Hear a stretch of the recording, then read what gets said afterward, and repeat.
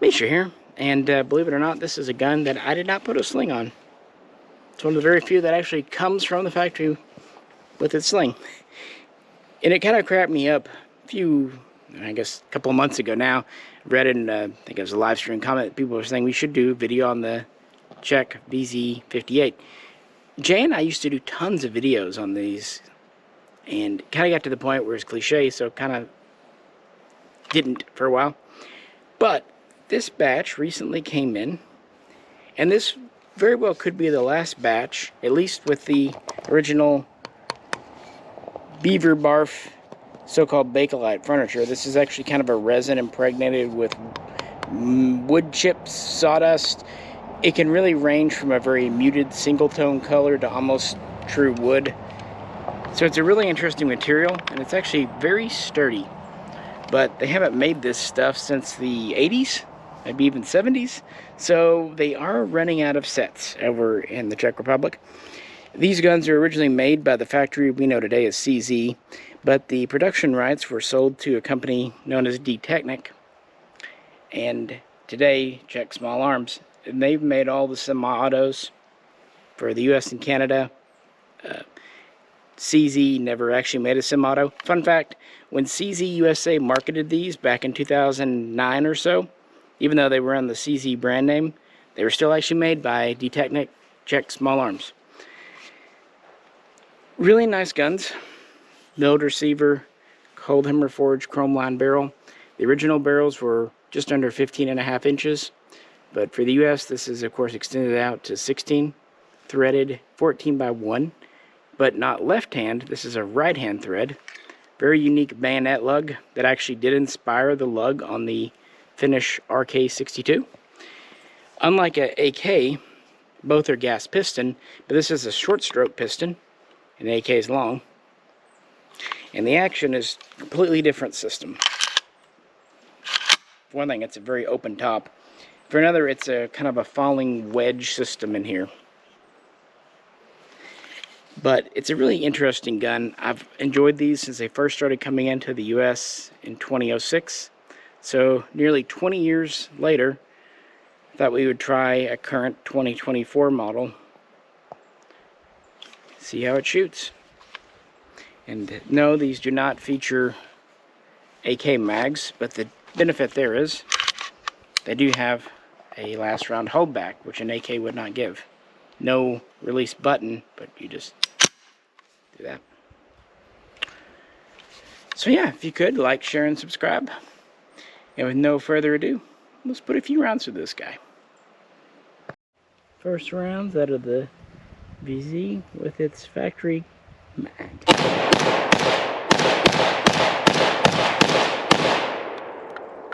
She held open. And now let's try a random surplus mag. This may or may not work. Even held open. Because of my years of experience with the D-Technic / CSA guns, I trusted them for the most part, so I wasn't too concerned about it running. But magazines are always a failure point, and I never really have tried out these factory modern day construction translucent mags before. They do feel pretty heavy duty. And as far as surplus magazines, there was really just one style that the military ever used. Lightweight, usually 4 were carried to a pouch. And just as I said at the beginning of the video with this beaver bar furniture, it has not been made in decades. Well, likewise, these alloy mags have not been made in a long time.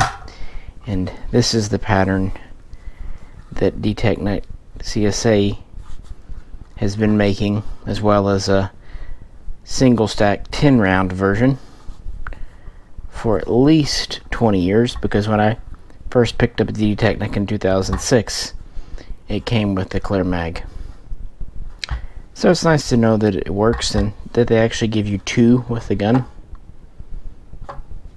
It's also nice to know that standard magazines click right in and feed.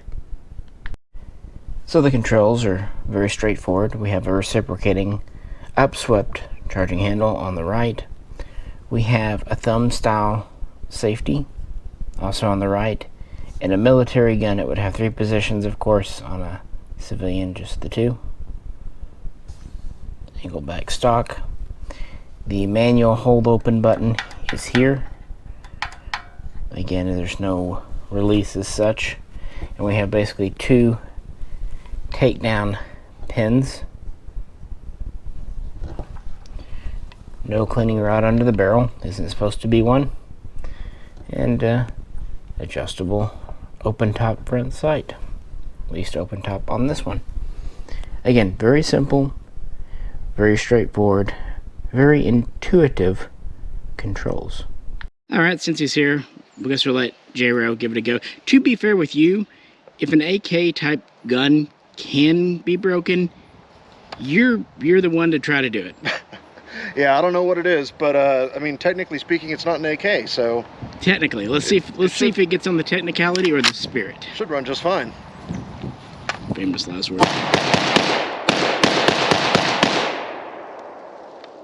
Held open. Now J-Rail's gonna try a random surplus mag.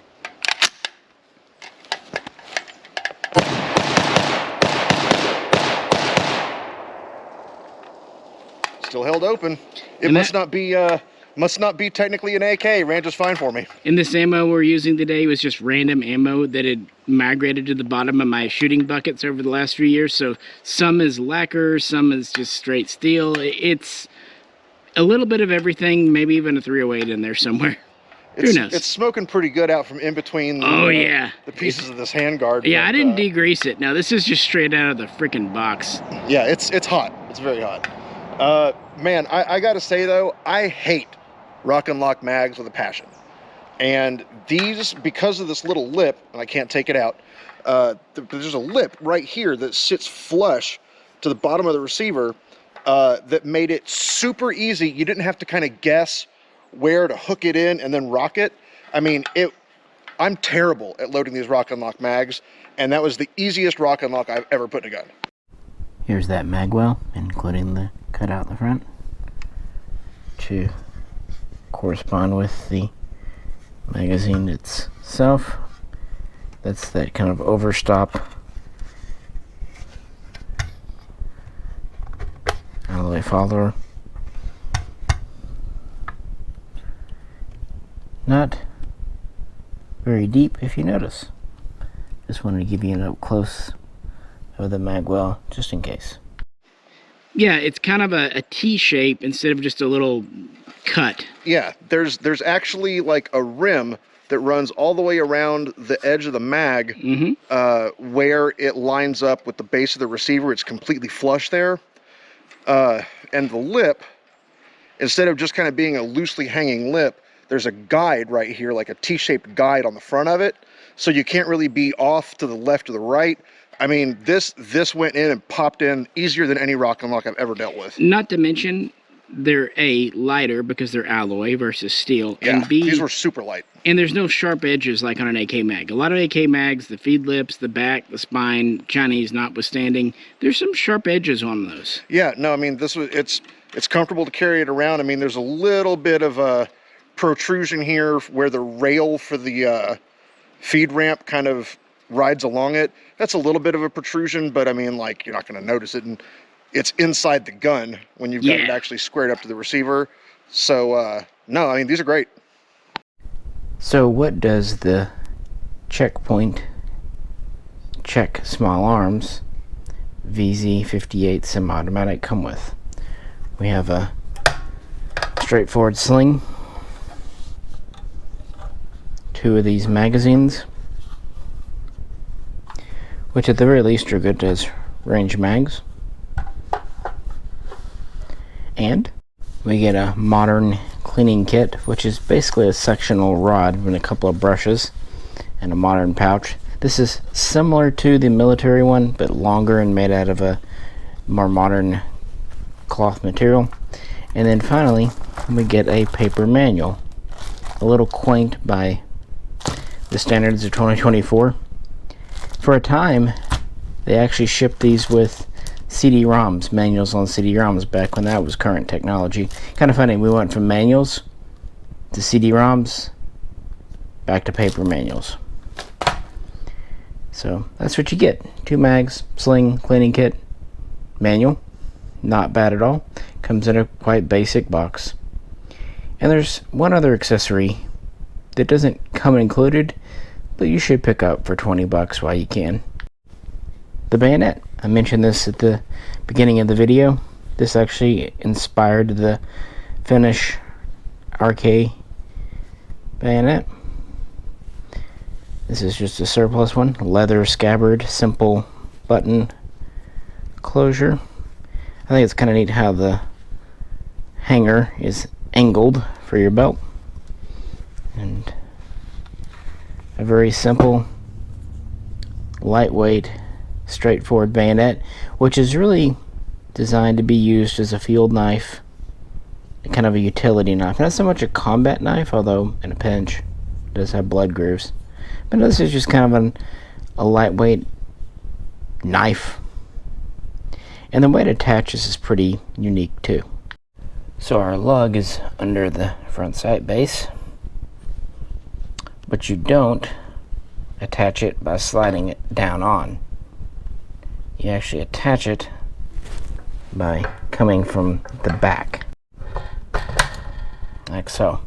So it's actually quite a long and complicated lug, but that's to give it strength, so when you stab on there, it doesn't recoil back. It's different, interesting. Let's try a little more with Big Red. It's got some noise.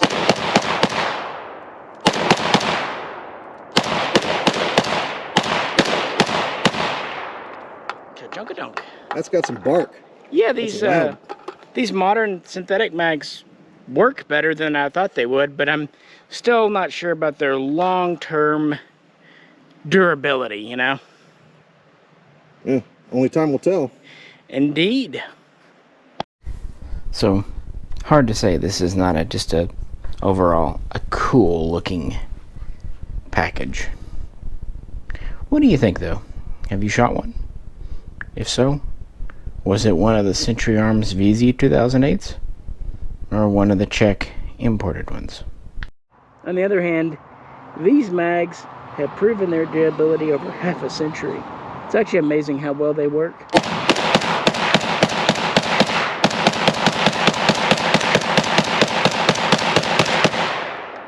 You know, I figured after seeing how well they worked, it would jam on me just to prove. Yeah. But nope, it ran fine. No problema. A little warm now. Every time I shoot one of these again, it has been a little while, year or so, since I've shot mine, I'm reminded of just how fun and nice they are. I will say, even with rapid firing that one time, the handguard, while it smoked, did not heat up. Now don't get me wrong, up here, I got hot as could be. But the handguard, this beaver barf stuff, does a very fine job of keeping the heat off you. I would say better than the original Beechwood these came with, personally. Of course, it wasn't hot outside, but yeah. And it's nice to see that CSA hasn't slipped. For one, they're still shipping with the same accessories, except we're getting the modern magazines instead of surplus ones. So they might be running out of original mags too, in good shape. But the overall quality seems to be there. It didn't feel thumpy or overgassed. Of course, since it just has a muzzle nut on the end, you could tell the recoil. Coming out of a true 16-inch barrel with no compensation, you could feel it when you were standing off to the side, like when I was recording when J-Row was shooting. But behind the trigger, it actually feels very nice. And the bolt travel is smooth. The trigger, which is actually a US part and made of a polymer, I believe with some metal inside it, feels fine. It's a striker fired system. Really no complaints at all. We had a flawless shooting day, even though I used literally bottom of the bucket, bottom of the barrel ammunition. One final thing I want to comment on is the variations. Going back to the days of the military, Vz.58, even though they were in production for 25 years, CZ changed remarkably little. Yes, you had the switch of furnitures. The patterns were the same, but the material varied. But they didn't do a lot of adjustment to the parts themselves. One thing you'll notice, this has the earlier style trigger guard and mag catch. There's a later style with the kind of a forked guard and a slightly smaller catch that was a little more ergonomic, but also a little less exposed. This is kind of where you could maybe accidentally hit it, so they went to that in the military guns. Another one, this has the earlier style milled, machined keyring, as I like to think of it, front swivel. Later there was a simple stamped kind of T-shaped swivel. There's also some variations in the cut of the gas block itself and the number of ridges underneath it. And another highly noticeable one is the front sight base. This is the open top version with lightning cuts. There was also a version without the lightning cuts, and there's a closed ear version, kind of similar to a Chinese AK front sight. And there's a couple of internal variations to the bolt carrier group, lightning cuts or not. And with the military receivers, again, this is a semi-auto only receiver, so it doesn't really matter. But in the military receivers, you had a few variations in the cuts. I should also mention that this is threaded from the factory to accept a scope rail. Of course, standard iron sights.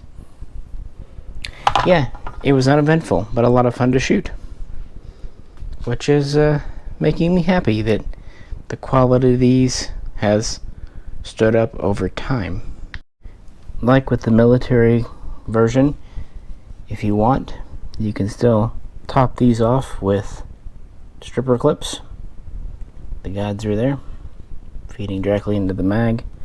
Also, having this open top design really makes ejection very positive. I'm not saying a round can't get hung up in there, anything's possible, but not very likely. Also, we have a very straight in feed ramp, not a lot of tilt up, just a smidgen, unlike on some AKs where it can be steeper, or at least longer, but very little jump for the mag to your chamber. So that was that. Ran a couple of mags through it.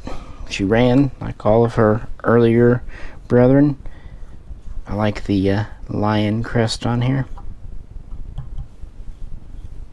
The military guns had kind of that baked on gray paint finish. This is a newer, really smooth, I think it's like kind of a phosphatey finish. It's a good finish. Feels nice, makes the gun very smooth. If you'd like to know more about this gun's very interesting history, check our back catalog. Multiple times we've delved into it. Czechoslovakia was unique in the sense that really it was the only directly communist second world nation directly under Soviet control that did not adopt a variation of the Kalashnikov. They did their own thing, although obviously they ended up having to use 7.62 39 as the cartridge. Originally they wanted to use 7.62 by 45, and they did with the Vz.52 rifle, but international politics and logistics and interoperability got in the way. But again, that's part of this gun's history. Also about how they made it so light and small, even though it is on a machined receiver. It's quite fascinating because this is significantly lighter than an AK. An AKM, that is, a stamped receiver. Yeah, the milled Vz.58 is lighter than the stamped AKM. Pretty cool. Then again, when they were designing it, they almost wanted a submachine gun more than a rifle, and it shows. But not in a bad way, considering their constraints of what was required by the Czech military. The designers at Brno did an excellent job. And that's why it's been one of my favorite rifles for a very long time. So as I mentioned earlier, if you have fired one yourself, love to hear your experiences in the comments. And if you haven't, I would encourage you to give it a shot. Literally, if you get a chance to try out a Vz.58, especially a Czech imported one, it's a very interesting and different feeling gun. So give it a go. I don't think you'll be at all disappointed. So if you could, please do like, share, and subscribe. Check out our back catalog, and check out our Patreon. This is Misha. Catch you very soon next time.